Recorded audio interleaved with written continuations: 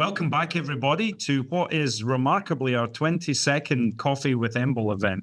So I'm amazed that this started off as a one-off event at the start of the COVID lockdowns, and now we're back 21 times later.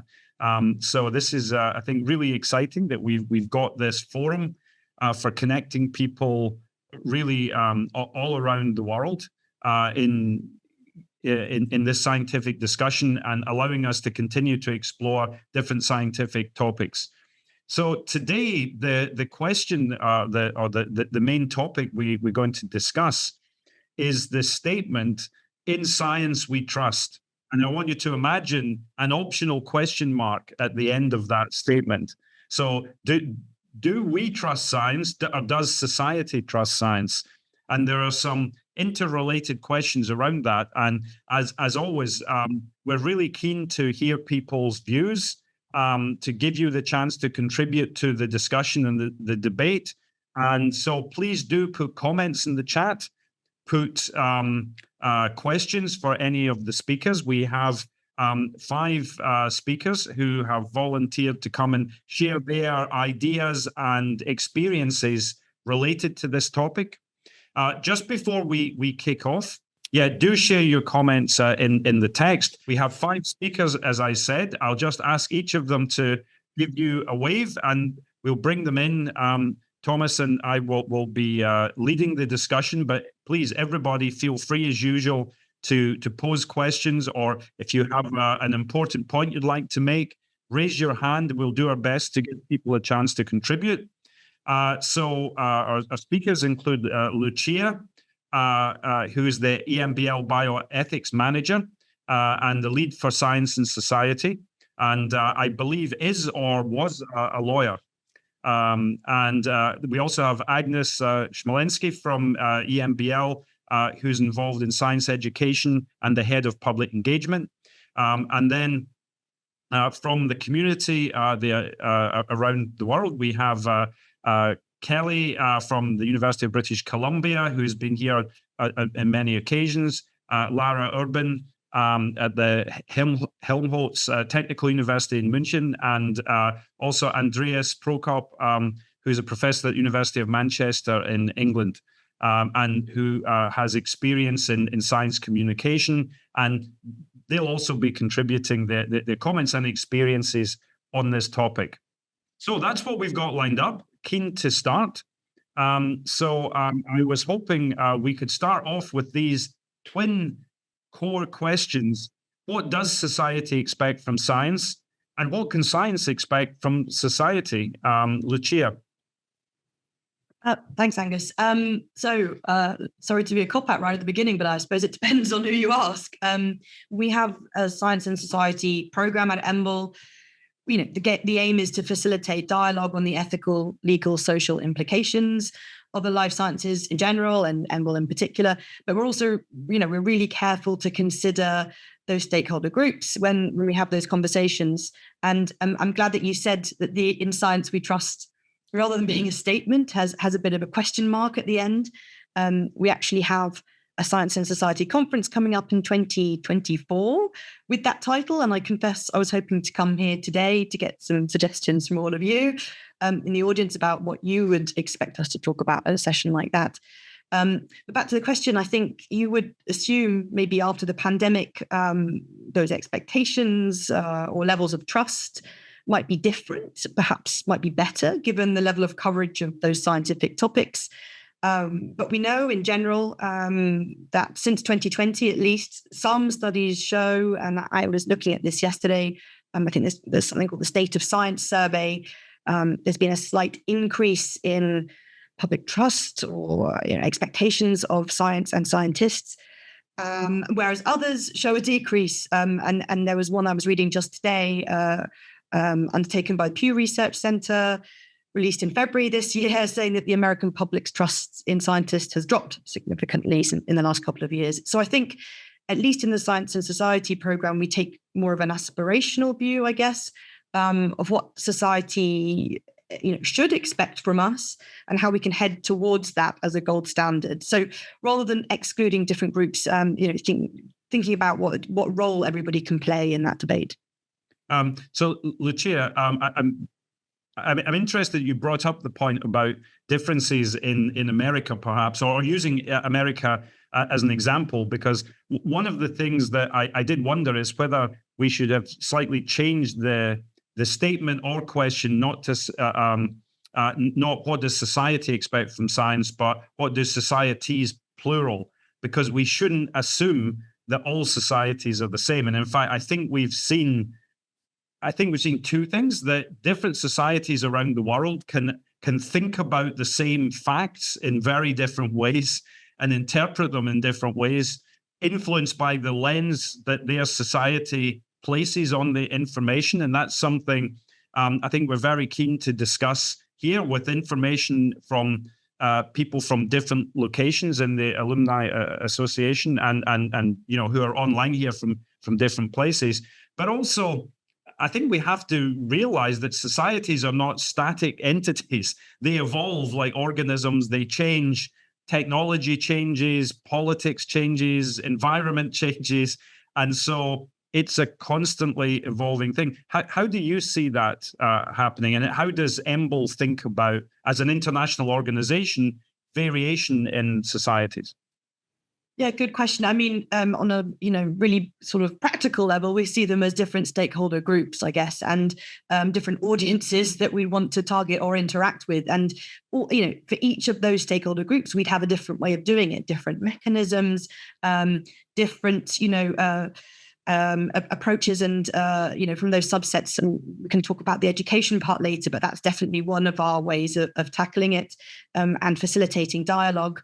But I guess, we're learning and evolving all the time. And I think what I would also be interested to hear is how other people, what new mechanisms have popped up, particularly since the pandemic, in terms of how we engage different stakeholder groups.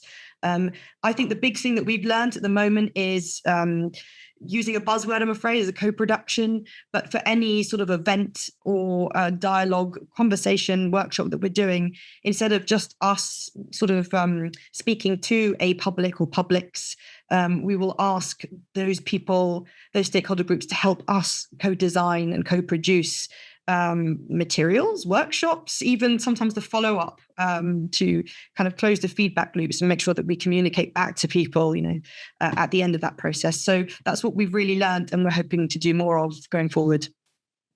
Kelly, if I could just ask you this, but just as a randomly picked example from the stuff. Do you have any comment you'd like to share with that? I mean, I guess you're placed in North America. There may be other people online also from North America. I mean, you're seeing change taking place through the politics, big changes in your government. Something like Roe versus Wade has changed. The political landscape has changed. What's your thoughts about this? Yeah, it's interesting because you talked a bit about jurisdiction, but I'd say it's more demographic. And by that, I mean, I find that there's misinformation at many levels, and it depends on your social status where you get your misinformation from, interestingly enough. So I'll give you an example. I gave many years ago talks to the Vancouver Club, which is this kind of elite group of investors and rich people, and they wanted to know about stem cell technologies. And so I explained them to them and said, here's what you can do with stem cells. Here's what you can't do. Here's the promise. And here's the hype that's been overhyped. And afterwards, I had people come up to me and said, fantastic talk. You didn't need to convince me. In fact, I've received a stem cell therapy. I had diabetes and I paid $50,000, and I went to China and I stayed at a 5-star hotel, and they took my mesenchymal stem cells and they injected them into me, and they gave me massages, and I ate right and I exercised, and my diabetes went away.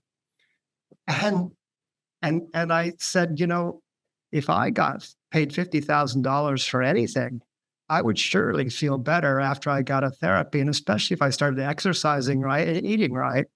So there was that. And another person came up and said, my cat was getting old, and so I had stem cell therapy for my cat, and now it's like a new cat. It's fantastic. So I started realizing these people are extremely wealthy. They have disposable income. They get information from these people who tell them that they have an elite line into the newest therapies. And they don't have to worry about getting government healthcare. They can get it from taking a special clinic, right? So that's one bin. The other bin is the people who tend to be the anti-vaxxers. And this is something I've had to deal with quite a lot in Vancouver because I've been a spokesperson for the university. Those fall into a completely different bin. And where we fell down there is most of them get rural healthcare, rural medicine. These would be the first people who would jump at a chance to get a bone marrow transplant for their cancer therapy, but they're anti-vaxxers. And you kind of try to balance that, right? It's the same people who are trying to help you. You trust them on one occasion, but you don't on the other. And the reason for that is they would love a stem cell transplant for a bone marrow therapy for cancer, because they think it's an elite treatment that only the rich get. And so they would jump at that. But when you tell them you're giving them a vaccine, they're getting their information from their local community. And Canada did a really bad job of educating the rural doctors to talk to the public. They didn't jump on that early. And because of that, they tended to get information from more political people rather than from their local family doctors. So I think, there's a social demographic that we have to address when we talk about misinformation and why people aren't getting the best information. Yeah, Lara, I see you have your hand up. I think you'd like to comment. Yeah. Yeah, I think commenting on that and also what Lucia said beforehand about that the support for science has actually dropped during the COVID-19 pandemic. That has actually not surprised me so much, since I do think it has to do with that a lot of the population has for the very first time come into touch with how science actually works. That scientists don't actually know what they are doing, that we are always working in an uncertainty space, and that our job is actually to push the boundaries of knowledge. And then if we have more knowledge, actually, we might very well prove ourselves wrong, or often that's also our job, right? In the end, you could say a scientist is actually there to make ourselves redundant in the way by solving all the questions that we have. So I think that also relates to what Kelly just said. I think like people beforehand never had to do the scientific process, but just sort of saw the outcome. So what is the treatment for a specific disease right now? We're now basically thrown into this whole, this is the process of how we are reacting to a pandemic, how vaccines are being developed, and that no one actually had the final response for it. So I do think that, especially people who have never beforehand gotten into touch with science, then were quite shocked about this. And I know this from my very family, that they don't trust scientists anymore, as they have never trusted politicians beforehand, because they say, they are making up their mind all the time. So I do think that there is a necessity to on the go, not even only when a pandemic is happening, explain the scientific process to people, right? And actually explain to them that we can be wrong all the time, or that it's actually our job partially to be wrong. Yeah, I certainly agree that I think one of the biggest differences between us as scientists and politicians is we accept that we are wrong, whereas politicians are wrong all the time and don't accept or will not admit it. Uwe, you've got your hand up. Would you like to comment? Yes, thank you, Angus. I really like the comments before mine, because what Kelly said is very important. I think, you have this whole spectrum of people you're talking to.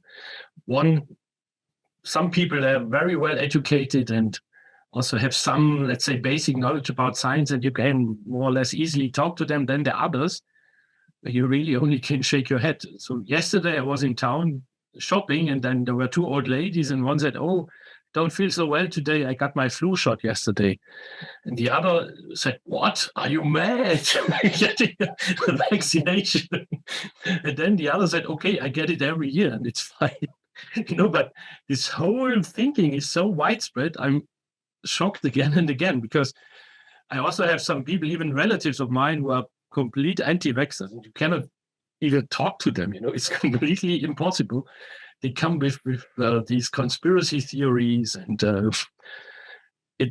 I completely stopped interacting with them, because it's hopeless, and it's also costs too much energy. You don't, because on the other hand, they try to convince you that you're on the wrong track. Well, I mean, I completely agree. It's both frustrating and difficult. And yet I feel that's the big challenge for us. We have to engage with different sections. And, that includes people with different fixed ideas, but also different age groups. I think it's very important that we encourage many different sections of society, especially our young people, to see science as an exciting part of solutions to problems, not the problem itself. Thomas, I know you in our discussions that you have a young daughter who uses social media. Do you feel any differences between how you act as a person or how your daughter interacts with information? Yeah, I mean, what I would argue that we have, everybody has their own bubbles, and certainly kids are very effective at building their own social bubbles because they're native with that, right? And so, I mean, one of the questions is how you get into that bubble, because I mean, it's a matter of culture, I think. And it's a matter of also having the will to really engage and understand. I mean, what really shocks me from her is that she spends quite a bit of time on TikTok, and you really struggle to understand what they really get out of 20 seconds, 30 seconds of a video. But surprisingly enough, what I notice is that they really get out a lot, because there's a lot that is not in the content. There is a lot that even is transcend the content. I mean, she would just, this thing that shocks me is that she would even not read the books, but she would be updated on what it is in a book that everybody reads on the 30 second by 30 seconds. The same thing is in one series. So I think we're really living in a sort of post-fact society now, where everything is judged on not really artifacts, but sort of figments or fragments of fact. And it's a nice experiment to actually try and see what we can do, assuming and according to the fact that we really want to promote the progress in science and positive impact of this. But I think I have the feeling we have to play that game. Yeah, I mean, in the UK recently, in the election cycles and leading up to the whole Brexit vote, which illustrated many examples of how not to communicate with societies. In my opinion, it's not EMBL's opinion I'm representing, so other opinions are available. But we had even the government minister, somewhat outrageous. I don't know if we have the image of that somewhere, Lucia, you can put up, for those of you mercifully less familiar with UK campaigning, but actually making a statement that we've had enough of experts. We don't need experts anymore. We just need conviction politicians. Andreas, yeah, there we go. I think people of this country, and he means the UK, have had enough of experts. That's a truly remarkable, concerning statement for a politician to say. Andreas, would you like to share your experience or thoughts about experts and communication? I mean, first of all, the example that you mentioned, yeah, I must say we lived through 6 years of mental torture, where we constantly hear politicians saying things that are de facto wrong, and which is told to them is wrong, and nevertheless they repeat it again and again, which of course has an impact on society and also the way that people look at factual science. So exactly what was your question again, Angus? Well, I just wondered if you could share some comments about the media and how you go about your own practical experience of finding channels of communication. One of the key problems that we are having is that, of course, everything is fast-lived these days, and we do not necessarily have any longer scientists or science reporters, especially, I mean, if it is a BBC, for example, yeah, but if you look at a normal newspaper, you won't have that. So non-specialists basically write about science. And one of the ideas is really how can we get to people in ways that are efficient and bring science across in a proper way. And one way, for example, we have done that and how it worked was that I'm working with Drosophila, and we have a huge science initiative on the importance of Drosophila, the awareness of Drosophila, of the importance of Drosophila in biomedical sciences. And we have one of the ideas, a webpage, which is called Why the Fly, which has where we accumulate all the ideas and all the arguments and all the rationales for Drosophila in efficient ways, in simple ways, but scientifically correct ways.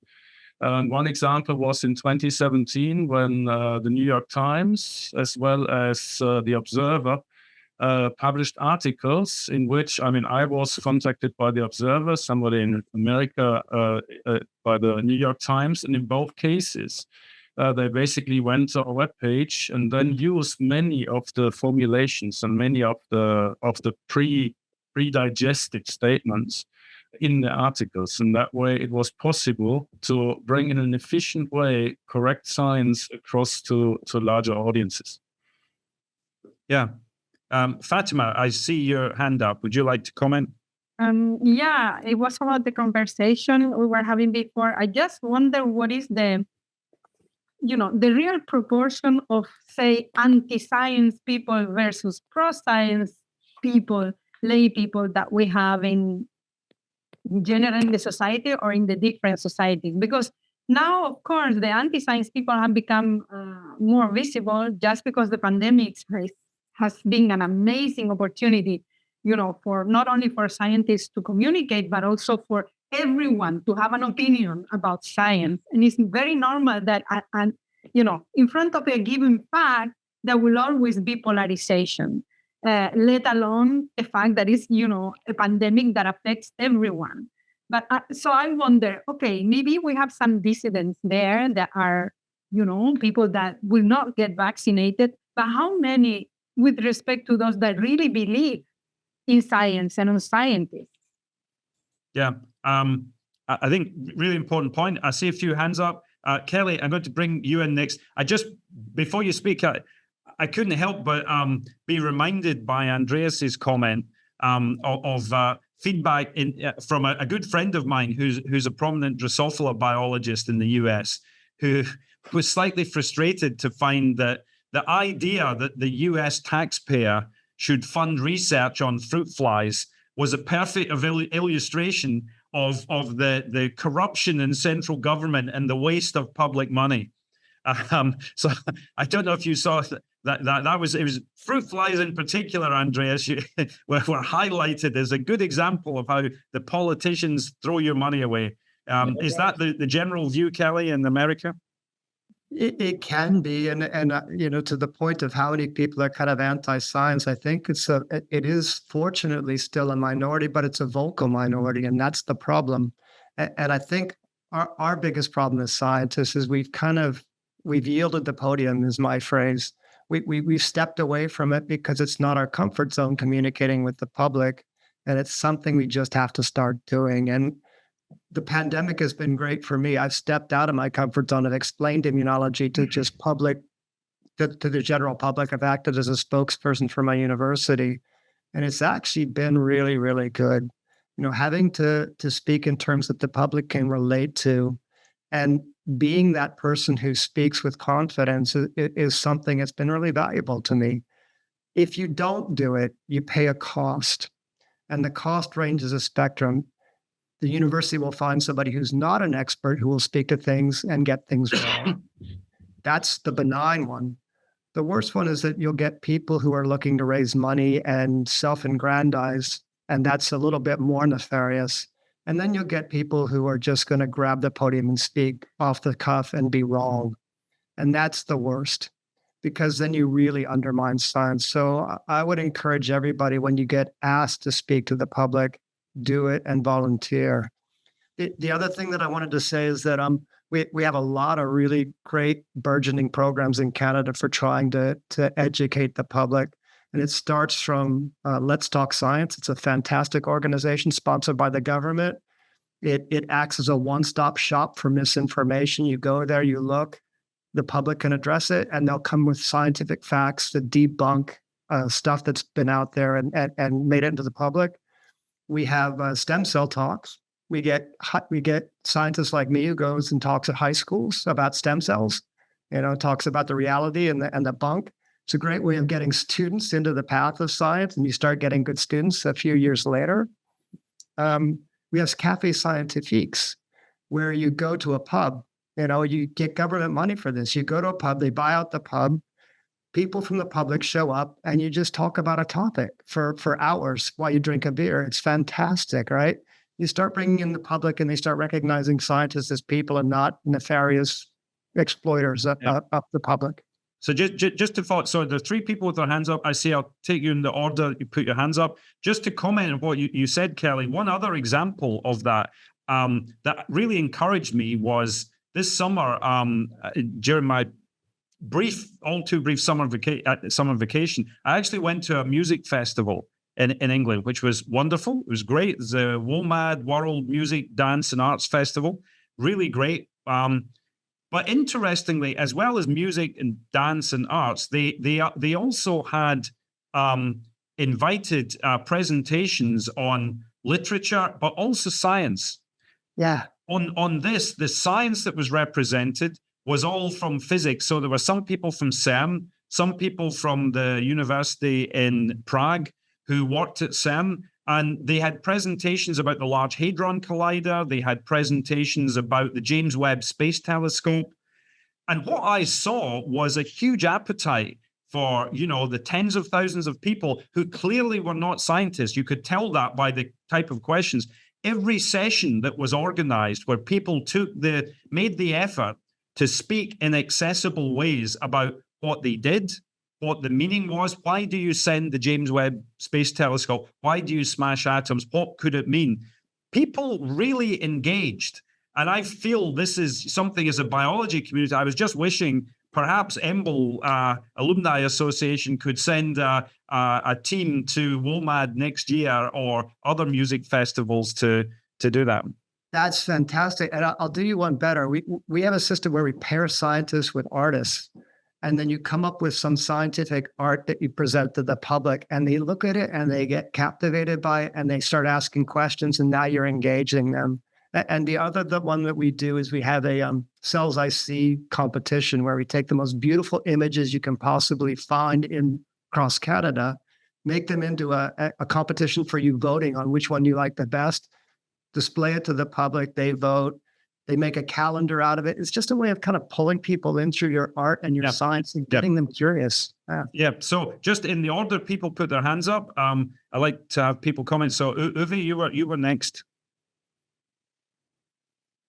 Yes, just two short comments. One to what Fatima said. I don't think those people are necessarily anti-science. They are anti-everything, So, for instance, in Germany, everybody who is anti-vaccines is now pro-Putin. It's a very common reflex. They just want to stand out. They want to be something special. It's my interpretation. It's crazy, really, if you think about it, because the two topics, they have nothing in common, right? It's completely different. One is geopolitics, the other is immunology. And then what you said, Angus, I think the messaging in the UK, I don't know how this worked, but I had an interview at EBI 2019, just before these general elections, and the taxi driver who brought me back to the airport said, oh my God, I hope this Brexit happens rather sooner than later. They should throw people like you out of the country. It's like, and then he asked, if Brexit happens and if you're successful with the job, could you still work it? I think yes. He was really... No, I thought it's crazy, really. I couldn't get it. Yeah, well, I apologize on behalf of UK taxi drivers for that they treated you this way. Andreas, you were next. I hope you've not been treated this way by UK taxi drivers. No, I sneaked in with a British passport. Kenny, what I liked was about your first example. The first example of collating information. This is one of the key ideas I think that we have to inhale across all societies, scientific communities, and science funding and science institutes and science funding organizations, which is the fact that we have to work with the right objectives. And I think the objectives we all share is that we want to make science an integral part of our society. And that should be the objective we all follow. The strategies, how we get there, is then an open playing field. But in my view, this has to be incremental. In my view, it has to be cumulative. In my way, it has to be towards gradual improvement. And what we see rather in the science communication field is that we have very, very split activities and reinventing the wheels over and over again, rather than proper efforts to drive things to proper impact. I mean, what I always say is when you have, for example, our pages about flies, I did the same for developmental biology with the British Society for Developmental Biology, where I drove an advocacy campaign, collating all the arguments we can find. But now, please, community, read those pages, send us more arguments, improve our arguments, but then use those arguments in your elevator pitches when you speak to politicians, when you speak to people in the street, when you speak to children in schools, when you speak to journalists. And I think this is spreading out and then using multifaceted approaches, but all really focusing on the right objective. And with the right and efficient arguments, that's what we need to achieve. And I think that's where the strength would lie, and that's where we fall short at the moment. Okay, that's great. We'll move on. By the way, Uwe, if you remind me later on, I can tell you a story of what London taxi driver said to me when I was taking a trip. Lucia, you were next with your hand up. Yeah, I mean, really, just to support a lot of what Kelly was saying in terms of, there's different types of events, and we tried to replicate those too. But particularly your point about disinformation and misinformation, I thought I would also mention a lot of the work that's been done recently on the infodemics and even the sort of new growing discipline, if you like, of infodemiology. And at one of those sort of cafes scientifiques that you mentioned quite recently, we had in Heidelberg, we had someone speak from the WHO, a director of pandemic preparedness. And I was really interested to hear about how much they're now investing in that new discipline in terms of research and innovation, and also in terms of social listening to see if they can kind of find those information voids, I think they've called them, and help to sort of intervene, and not just with scientific views, but from a psychology perspective, from a philosophy perspective. So it's a really interesting approach, and I hope that it'll be interesting to see how it kind of develops and to help tackle that. In terms of fighting the disinformation that pervades through social media and sadly is sometimes propagated by our politicians in all these countries. And one of the things that we're doing, Thomas and I have already started recording interviews with scientists. We intend to carry this on, and we very much hope for engagement with you all and suggestions for people to do, with a view of actually creating channels of communication to put fact-based, rational, sensible, reliable, trustworthy information in the public domain. Lara, you were the next person with your hand up, I saw.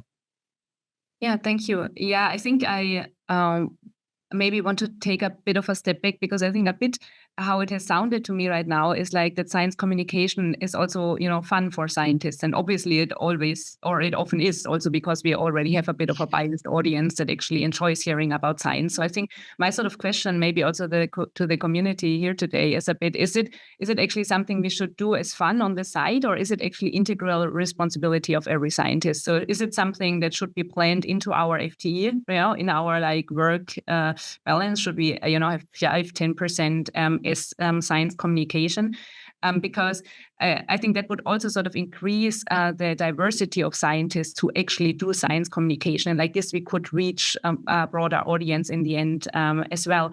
And I personally do very much think it should be a requirement of every scientist to do this sort of work, also because of a legal aspect to an extent. I mean, in every sort of country, a lot of science happens because of taxpayers' money being attributed to it. But also specifically, I've worked in New Zealand before coming back to Europe now, where basically all sorts of research you do, you have to negotiate with the indigenous people, the Maori over there. And this is a absolute legal requirement under the Nagoya Protocol, but also an additional requirement in the country that you don't even get samples or anything in our specific genomic research area if you have not negotiated with them and that can take years, right? Like, I mean, it's elongating the science process, but I think should we maybe, think about how our scientific process would change if we really take science communication more serious than we do right now? And also, like, as a brief side comment, which I mentioned very briefly right now, is that would that maybe help also targeting people who are not currently reached by science communication, because these sorts of events often happen in museums or at places where you already have a quiet, open or educated audience. And, and I think also so far in the discussions, maybe the usage of social media has been seen a bit on the negative side, but should we not also think about how to adapt, how to actually infiltrate a space where so far, proper science has not actually reached? Yeah, I completely agree with you. Just a very quick comment before we move on. I agree with you 100%. I think as scientists, one of the ways we can help to bring that about is to ensure that that requirement to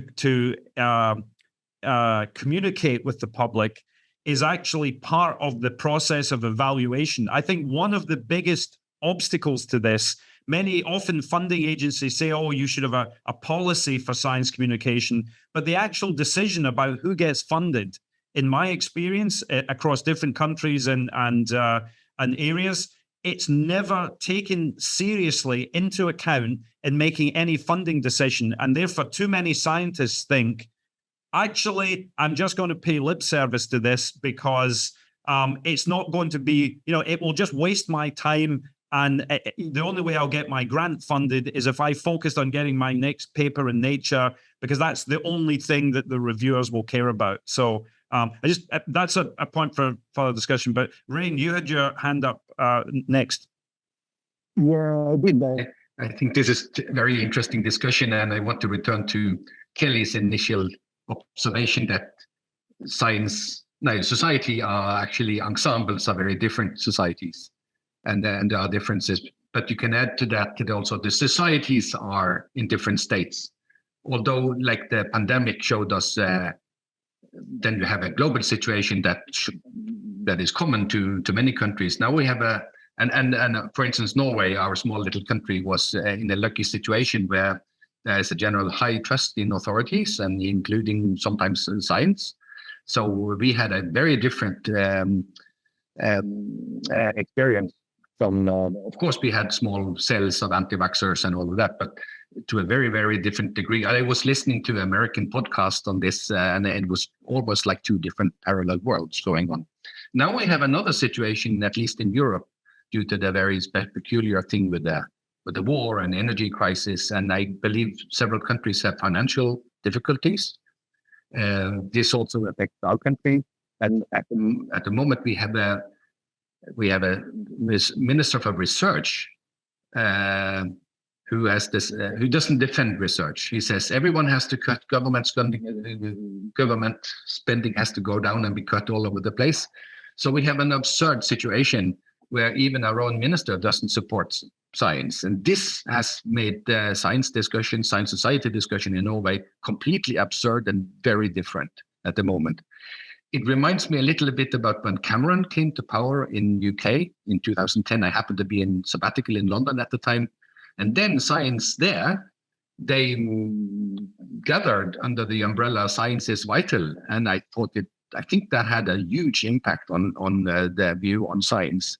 I don't know what you observe other places about the current peculiar situation in Europe and what impact it has on science and society. Thanks. Yeah, there's quite a few hands up. We will try to get to everybody. Thomas, I know you were keen to bring in Agnes. Yeah, absolutely. I mean, I think, we touched on a very important point, which is essentially science education. And this is an important aspect of public engagement. And I think the EMBL has been great in training scientists.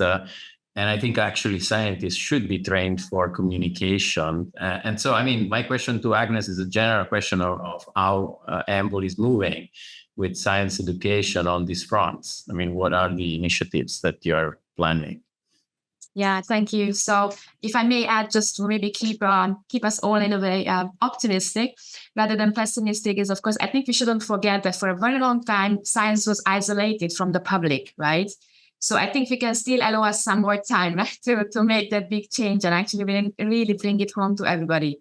And there we believe at EMBL that science education is a strategic area where we research organizations can make a big change. And we all hope that, of course, education is the future.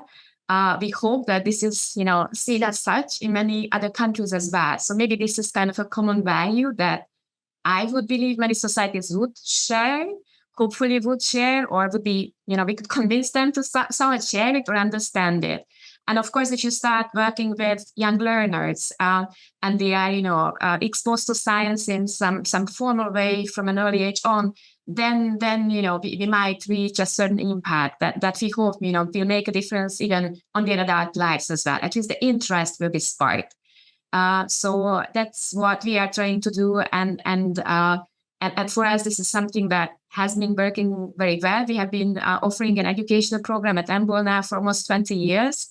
On the one hand, international teacher training courses, and then on the other hand, different classroom resources and also some different activities for young learners from very young until the age of 19, the end of secondary education. And even if you think about education, right, and science, and you might think, wow, the two should be at least closer connected.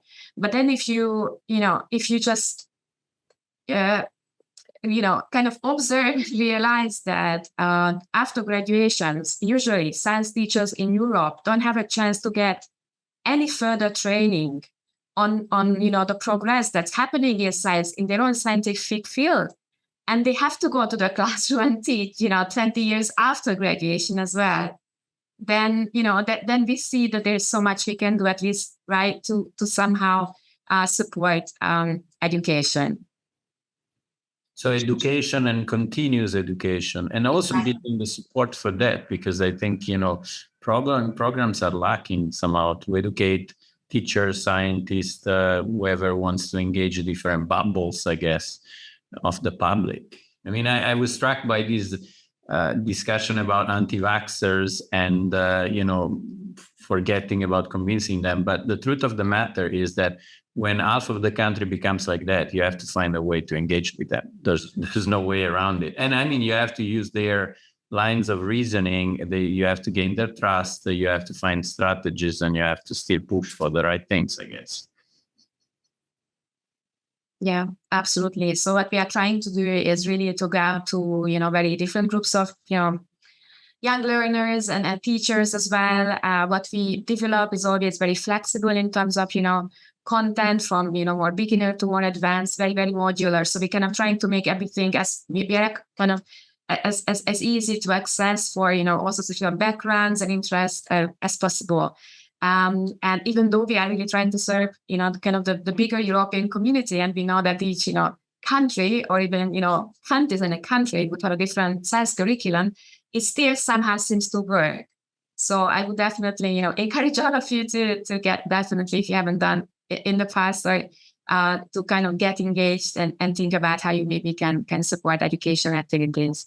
But if I can be a little bit, provocative, I think, for instance, social channels I see often from the EMBL are good. But I mean, now I see the strategy of whoever does this for business, right? Advertisers. I mean, they really play with this mechanism. So, I mean, I was thinking about what the White House did recently. I was reading about changing their, Twitter communication teams and trying to really build on these models where you don't want to be institutional, you want to be more provocative, because ultimately what sticks in the mind of people is really provocation. And as much as nobody wants to shout things, still, that is the mechanism that we have to follow. So is the EMBL going to use some of these communication tricks? I mean, is something on the table for discussion? I mean, what I can say for us, for engagement, we are definitely focusing more and more now on social media channels for sure. But, it definitely takes a lot of capacity and time. So I wish this is something we would, I think, still need to kind of expand on and build up a lot more than what we could currently have available. But I think this is definitely an extremely important point to address. Absolutely. I see that Jonathan Eubank, you've got your hand up. Apologies if I've not had a chance to let you speak. So please come in now. No, that's fine. Thanks, Angus. So it's just on the point of engagement. There's one aspect that I haven't heard discussed so far, which is that in some cases, people do have a genuine reason to be reserved about what science has brought them.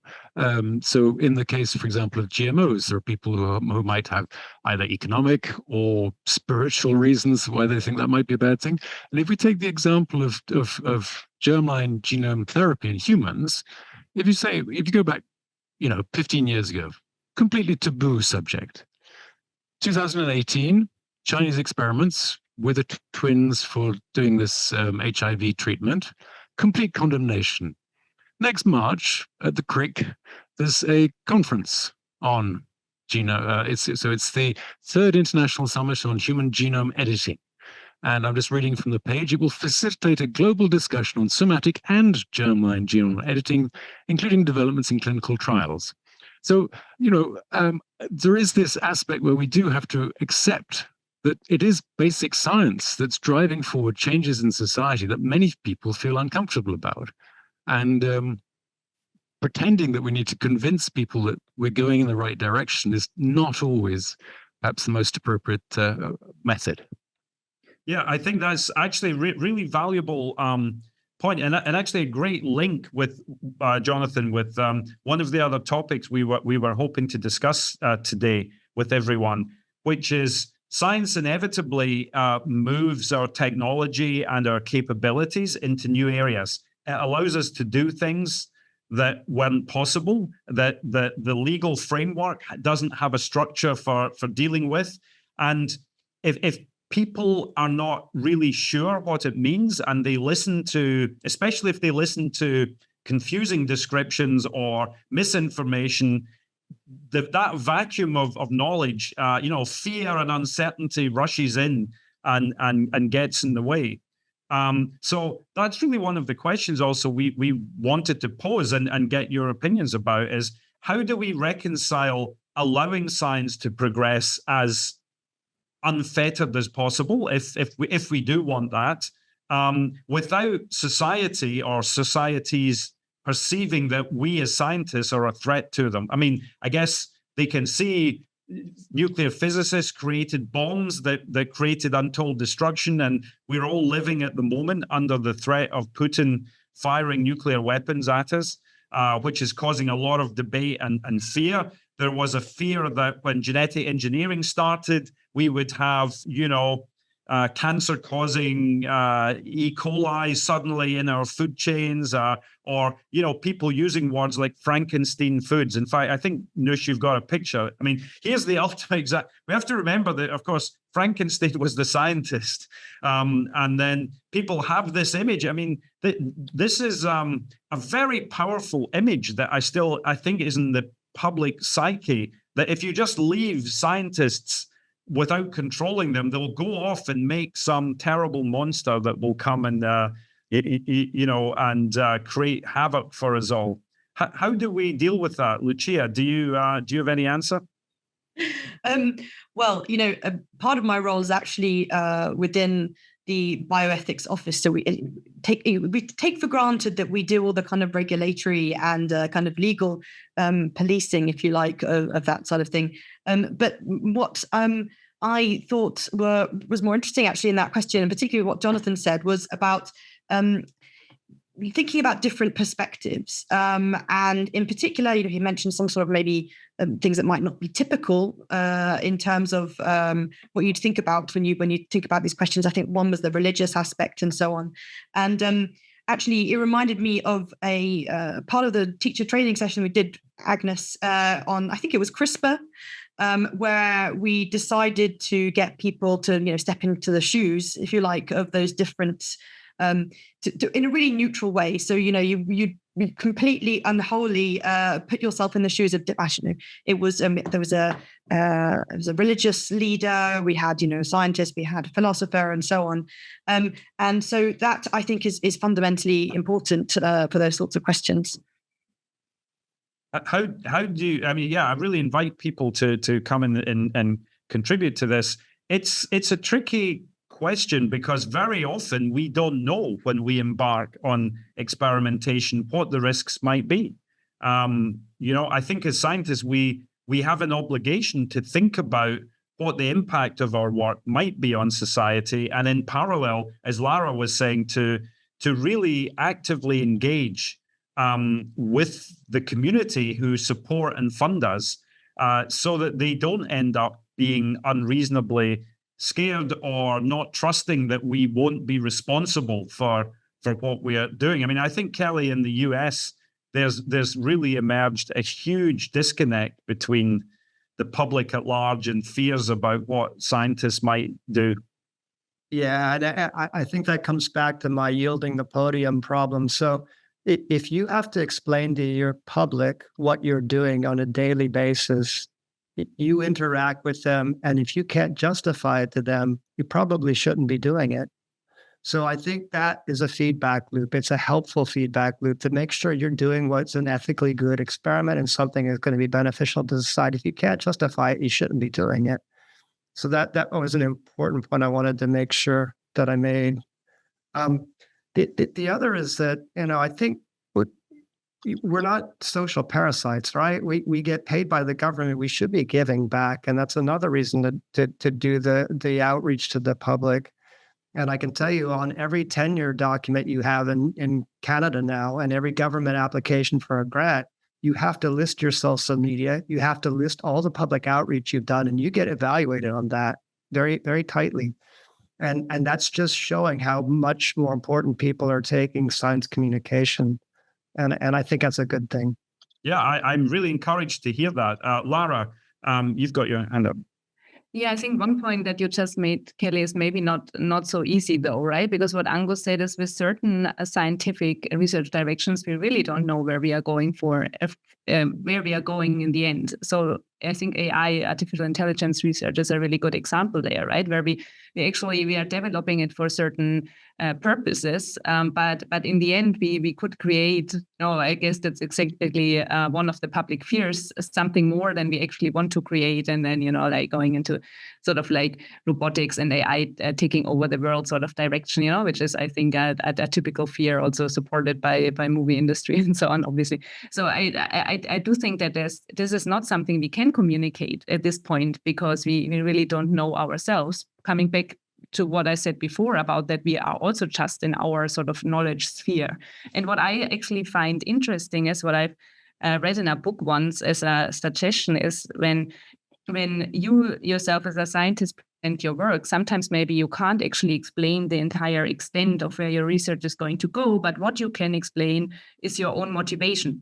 And your own motivation is guided by your own background as well. So basically developing some sort of bias statement for yourself as a scientist. Write down what your background is, where your interests are coming from, what you might be biased from, and where this research and where this might guide you research-wise is something really interesting. So in this book, it was basically suggested that in front of a scientific publication or whatever, or when you report to journalists in public media and so on, you would basically have like your sort of bias statement talking about your own background, which I found very interesting, because I really don't think that always we can actually explain where the science is going to go.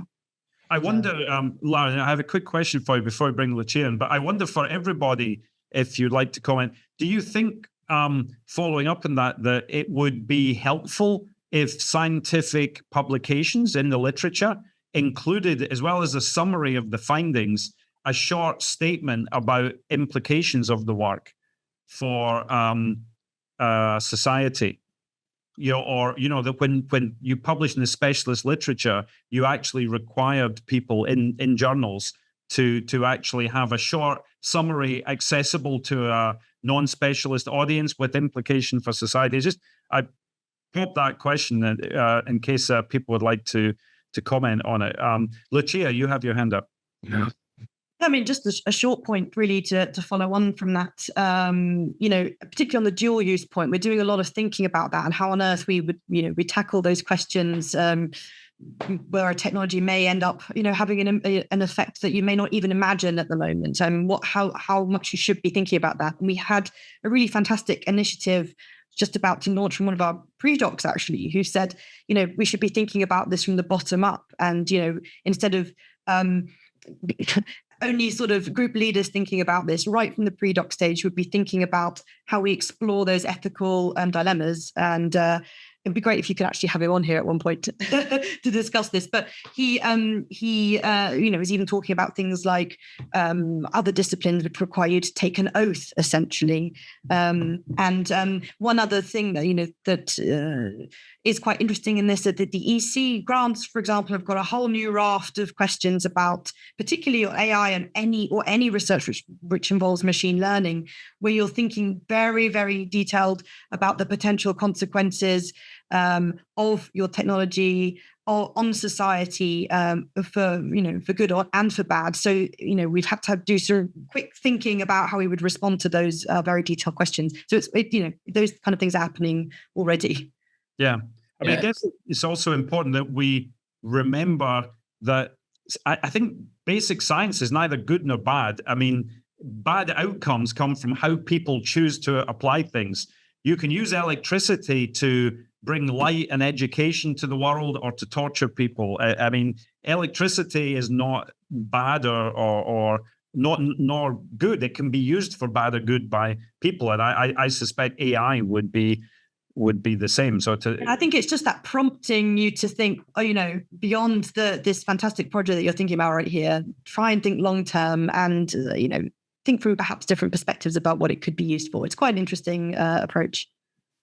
Yeah, if I can jump in, I agree a lot on what Lara said in terms of this potential giving the motivation, because I mean, if we make a parallel with the technology field, I mean, when a product is in development and you're trying to sell it, but it's not clear whether it's going to pan out, and it's on crowdsourcing and something, what you often see is that the developers will tell about their story, their motivation, not much about what they want to do about the product, but really what drives them to develop this thing. And I think this is meant to be, again, this is more in the commercial sector, but this is meant to engage people on a different level about that. And the other comment that comes from that I was reflecting while you were discussing this is this comment or this consideration that in technology, oftentimes people don't really care about why something works that they have in their hands. I mean, nobody would know how a smartphone would work. But this, I think, it's just because what they have in their hands, solves a problem, gives them pleasure. It's something that, works for them. So perhaps, one way to think about these things is about, rather than explaining the science, it's also trying and explaining what they can do with science, what in the future science will, without overselling, of course, but perhaps, not really, trying always all the time to go on the education, but also to provide scenarios and putting things in line with what people hopes or feel about these things. I had a question for Agnes that was really inspired actually by the discussion. We had a discussion yesterday where Andreas was also sharing some experience he had in communication. Maybe you can also share it with everybody else, where you prepared information that you could then pass on to people in the media who then took that and used it, because it was a great way, of making it easier for them to communicate information about science. And I guess maybe if Andreas can mention that Agnes, the question would really be, how much is EMBL doing, or how much could it do, or the Alumni Association do to prepare pre-made, units of information that would make it easy for the media to spread factual information? Andreas, is it something you could comment on for us? Yeah, I think a few examples you gave already, Agnes. I mean, you're developing, for example, teaching resources. And if I think of the great initiative in Ulm, there's plenty of initiatives worldwide where actually we should not just build our own initiatives or our own resources, or we should just share our resources and take from each other's in an open manner. I mean, we have in our Drosophila public, whenever I see any resource on Drosophila, it is linked out. Sometimes I think, ooch, they could have mentioned us, but fine. So I link them out nevertheless, because it should be a one-stop shop or information for everybody. And I mean, that's one important step. And this, of course, has also to do with what Lara said. So, for example, what is for us the information to do science outreach? It's a very difficult question. And I sometimes see, when you do science outreach, think about whether you damage yourself or whether you help yourself. Building something towards higher quality is always something which may help you in your progression, in your promotion. We in Manchester are very lucky because we have as the third pillar science social responsibility, so it helps me in promotion. But it will not help me if I do a little bit here and there. But it's more this being seen through the high initiative. But this is something which can happen in collaboration with others, where actually I can contribute to a larger network and nevertheless then see it as my contribution to this.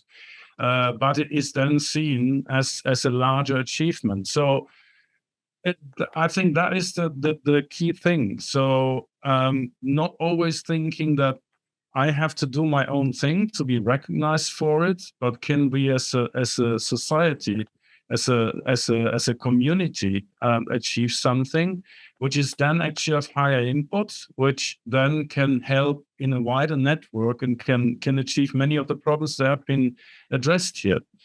And I mean, we've spoken about that. Of course, there's many different audiences. Sometimes more about listening, sometimes more about explaining, sometimes it's more about engaging actively. But all these things are possible if we set the right objectives and we all strive towards them.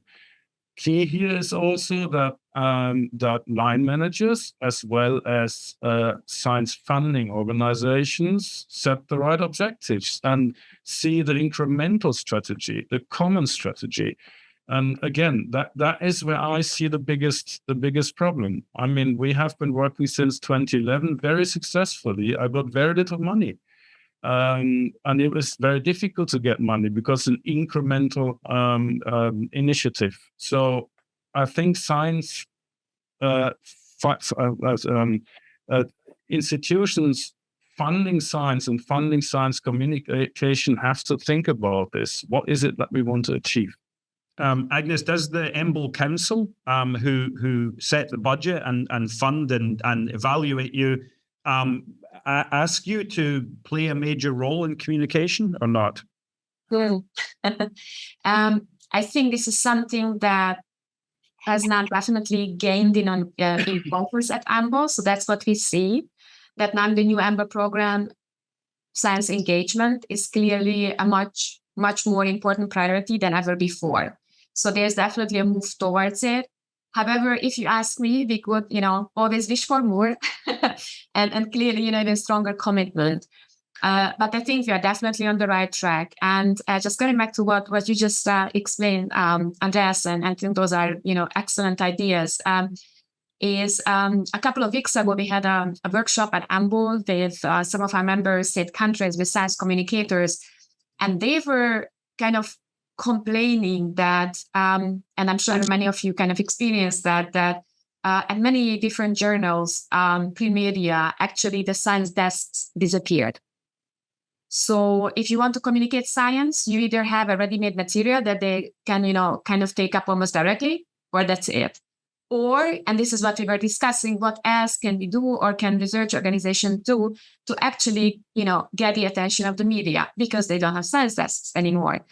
And what was very interesting, and I was very happy to hear that they definitely see the engagement opportunities that we from engagement can kind of offer as now hooks for the media, right? And for journalists to actually, present what we do, because this is something where they can still somewhat, better connect or find it easier to connect. But as, you were asking it, we definitely have to. So we work a lot on adopting and, kind of pre-digesting the scientific information and knowledge generated at EMBL for, not just for the public, but of course for media as well. But there's definitely, and this is, again, some of the, a newer kind of a mindset. This is, again, kind of a new direction we are going into. I mean, one of the fears, I must confess, I've got at the moment is with the economic situation across much of the world, rather negative and bad, and funding, there's a real chance that funding for science will be restricted. I really worry that science communication will be one of the major victims of this, because it's viewed as being somehow, well, if everything's okay, you can spend a bit of your time doing this. It's like an optional cherry on top of the cake. I think we have to move to it being a much more integral thing, because I really worry that if that happens, scientists themselves will be even less willing to spend their time doing it, because they think that will take time away, and it gets even harder if only 10% of grants get funded instead of 15%. I'm not going to waste any of my time communicating. And then we create more vacuums and more misunderstanding, and we have less trust between society. I'd really interested to hear people's thoughts about that from different places. Andreas got his hand up. Kelly, I'd just like to hear from Lara if you've got out of you, but Andreas, you comment? Yeah, that's, first of all, that's one further argument why if you have common resources, it's basically helpful, right? I mean, if I do, for example, a science initiative on a science fair, and I have a collection where I can actually search for ideas and simply implement them, it makes my life easier. One other very important aspect is that I was once asked on a presentation where people say, well, what I'm doing is so complicated, it's impossible to explain. And my answer to that was very provocative, but I think there's a lot of truth in it, which is there's two possibilities. Either what you do is wrong, or what you do, or you haven't thought enough about what you're doing to explain it. And I think I've learned through my outreach, by explaining to hundreds and hundreds and hundreds of people why we are doing this kind of research, I've learned a lot about my own research. I've learned a lot about what is the essence of it and why it is actually important. And those are the kind of things that gave me formulations that are now used on grant applications and papers. It makes it much simpler for me to explain the fundamentals and actually sometimes select what is it that I now want to do in my next experiments and why. I ask my questions differently, and that is the benefit that we're taking out of it. So it's not only an investment. I mean, as Lara said, there is also a lot of fun, but of course it can very quickly become exhaustive, and very often we fatigue and then we stop. One has to think of ways to keep it manageable and to keep it interesting. Incremental approaches, always creating new ideas on top of what you've done already, is one way to keep you going. And the other one is, to see also the benefit for your own research. Perhaps the role that one additional role, instead of us thinking about communicating directly with the public, is we also perhaps need to do more to communicate with our colleagues in the science world, to give examples of best practice and help to explain why it's important that more of our colleagues engage with the public and how to do it more successfully. Kelly, you had your hand up next. Yeah, no, those are both outstanding points, Andreas and Angus. And so science communication, I'm seeing grants for that now that are offered through our National Science Funding Organization. That's the first time I've seen that, right? If we don't take advantage of those now, we're going to miss the boat. So we should do that. And the second thing I always hear from politicians when they want to cut scientific budgets is, look, when I give you money, you complain it's not enough. If I don't give you money, you complain too. Which is cheaper, right? You figure it out, right? So laud them when they give you money. Share your results whenever you can with the media. And I'll ask you a question. How many of you have ever asked a minister of parliament to your lab? And probably not many. And I can tell you that virtually all of them will come because they love the photo op.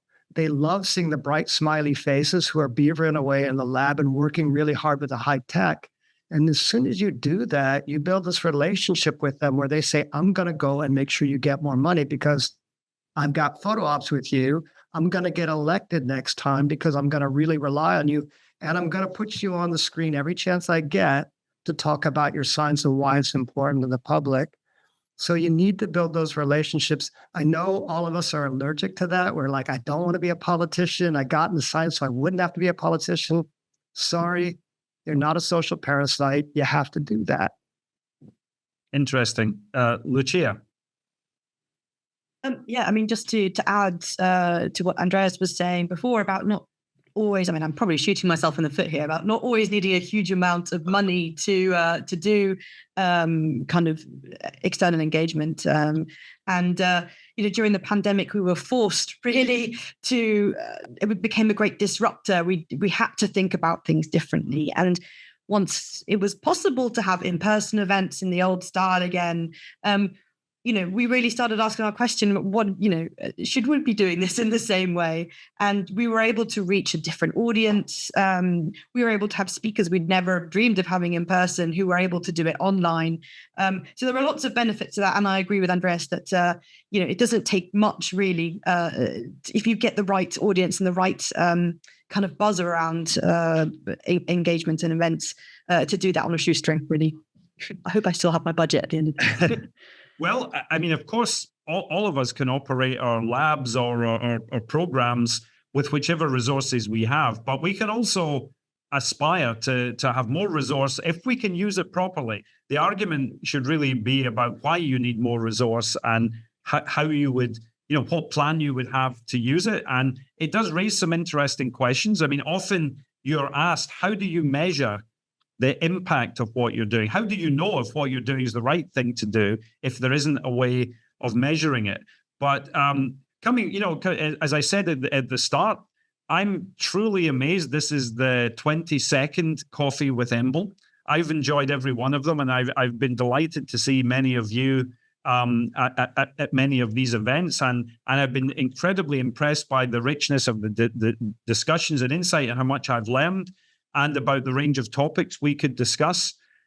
I really feel we have got in the EMBL alumni community a remarkable pan-global association of people whose expertise spans a wide range of areas, from science to law to education, communication, administration, and many other areas. And I do think we have a lot to offer in this area. And I wonder whether there aren't some additional sources of funding we can apply to that will give us even more opportunity to use these skills and the community, the wisdom of this crowd of alumni to really make a transformative difference in this space. Andreas, I see your hand up. Yeah, I just wanted to give one example of the incremental development of if you permit. So it's basically, for example, we started with normal science communication, science fairs. We showed how nice flies are. We thought, well, we can do it in the public. We can also do it in schools. We went into schools. We explained to students, pupils, how great our flies are, why they're important. But then we realized teachers were actually not really interested. They were interested in getting scientists into the school to engage the students with them, but the topic was not necessarily important to them.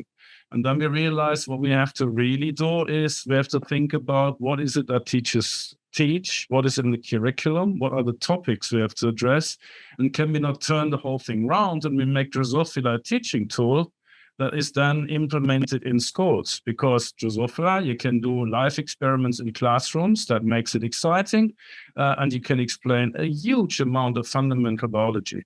So that's what we then did. We sent students as teaching assistants into schools. We learned what is in the curriculum, what is the daily routine in the school, how does it work, what do teachers really need, what do they want, how do they think, and then we started to build our classes, which is now 6 curriculum relevant classes on different topics, which are basically for A-level, GCSE level, and which are available for teachers to use. And this has by now even gotten translations into Turkish, Spanish, Arabic is some, Indonesian is something.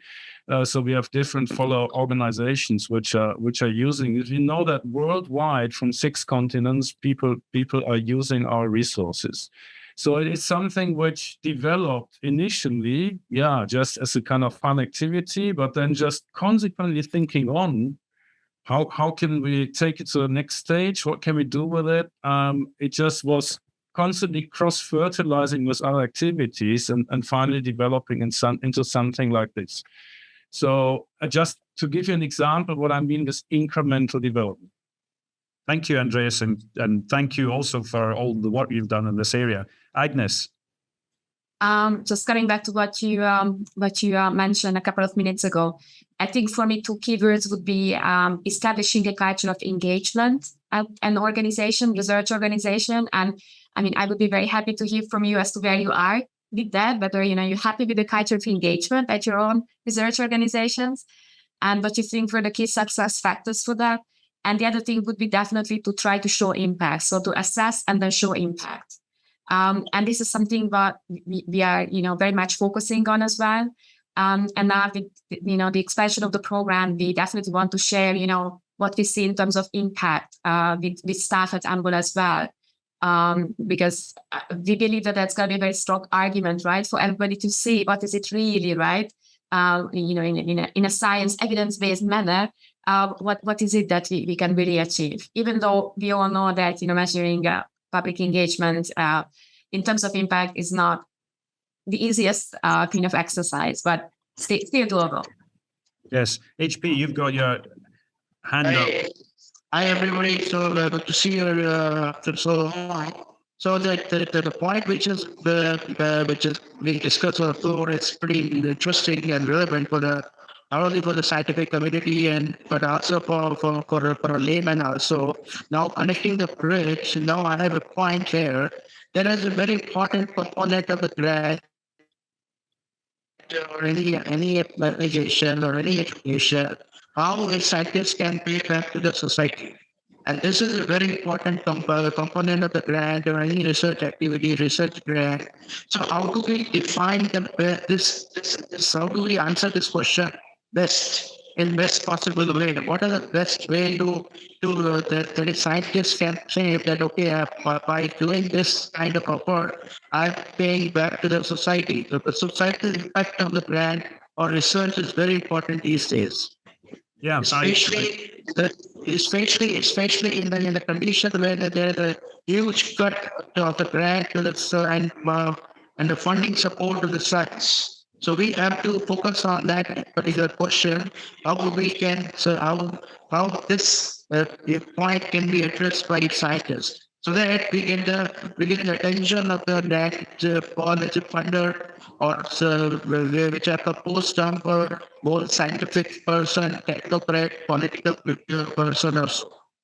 Yeah, I think that is a good point. I didn't quite catch everything because the audio quality for me was not so good.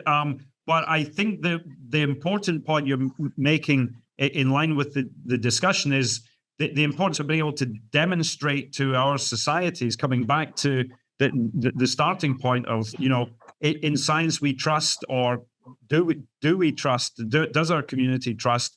We have to be able to articulate and explain to the community what the benefit of the science is. And I agree very much with Andreas's earlier comment. It's always possible to explain to virtually anyone at a reasonable level what the importance of science is and why it's important that we should do this and why we should fund it, including basic science. It's sometimes easier to explain applied science because people have a better mental picture, but just as important to explain the importance of basic science, where we don't even know until we've done it, what future implications it might have, but it's nonetheless really essential. I think we do have a big role to play in this, and I'm very keen that we continue to develop these ideas and build ideas, and we really want you to contribute to suggesting ways of building resources and means of communication. I think we can all learn much more about how to do it and learn how to communicate it and measure it. And I think this collective group has a big role to play in that. And one comment, again, I'd be interested in your views on. I think it's very important that our elite organizations, which I see EMBL as a prime example, are elite but not elitist. Elite means doing the very best science at the highest level. Elitist means you think you only have to speak to a small group of peers and not communicate more broadly with other people. Time is short. Andreas, you've got your hand up. Do you have a final comment? You're muted, Andreas. Also in that context, so it is actually by talking to people of the public, by engaging with the public, actually you learn whether you do something for society or not. It is a good filter for whatever you do. I mean, I sometimes on science fairs, I have some parents telling their kids are doing activities. You say, did I tell you why we work with flies? And they leave highly excited. And then you're doing the right thing. It's actually something that people find fascinating, and that gives you also reinsurance. And I mean, what you said about colleagues. So, for example, for us, it's very important that we also, for example, target clinicians who do not often understand the actual biology. So it's very important that we find interdisciplinary communication channels and really spread the news also in that direction. Great. Thomas, I'm just curious as we're coming to the end, have you ever asked your daughter whether she was interested in science or how we could make science more appealing to her and her friends? I think she would argue that we all have to get on TikTok. That's for sure. But I think, we're already struggled with giving 10 minutes talks. So I'm not sure what we're doing with like 30-second talks. Is even shorter than an elevator pitch. But a couple of things that Andreas said, I mean, really resonates. I mean, I think, the EMBL has this big track, program for going outside the lab. And I would argue that a lot of that, of the value of that we will be actually meeting people, but not only meeting people and engaging with people, but as Andrea said, bringing your model system, your methods, your tool as a toolbox rather than, what you want to do, to engage people to actually practice with toolbox. Because as anybody would tell you, if you want to fix a bike, is much better to get the tools and actually practice on how to fix a bike rather than bringing it to the shop. And the other consideration that I want to do, I mean, the thing that is emerging, and I think it'd be great to have opinions on these, and maybe later for future discussion, is that with the pandemics, all the science information became really front and center. So there was really an acceleration. I mean, it's not even a discussion of, before we used to go and look in the paper, now we can go on the internet. The point is that now everybody can go in the internet, can go and try to interpret some medlines and these kind of things. So it became really urgent, and is becoming more and more urgent in the last few months, it's not few years, to really try and control the narrative that everybody would say is the thing that everybody tries to do with science. Otherwise, we're going to be, many steps behind somehow. Thanks, Thomas. Well, we've raced through 90 minutes of discussion. I have to say I thoroughly enjoyed the discussion and learned a lot, and I hope this is a topic we can come back to. I'm going away with a lot of food for thought. I'm sure other people do as well. Please do send in your comments. It's great that we were able to record this session. It will be available for all of you to go back and revisit. And we intend to proceed not just with Coffee with EMBL, but with other initiatives for thinking how we can link together and make our contribution towards sharing a better understanding of science and promoting more trust from societies in science and vice versa. I'd just like to finish once again by thanking very sincerely all our contributors today, Lucia, Agnes, Kelly, Lara, Andreas. Thank you for coming along and sharing your experiences and thoughts. I'm really grateful to everyone in the community who participates, all the EMBL staff, alumni, and friends of EMBL who participate. And we look forward to seeing you at the next Coffee with EMBL and at future events, and look forward to your suggestions coming in as to how we can continue to make them relevant and improve the content. So thanks to everyone, and see you soon, I hope.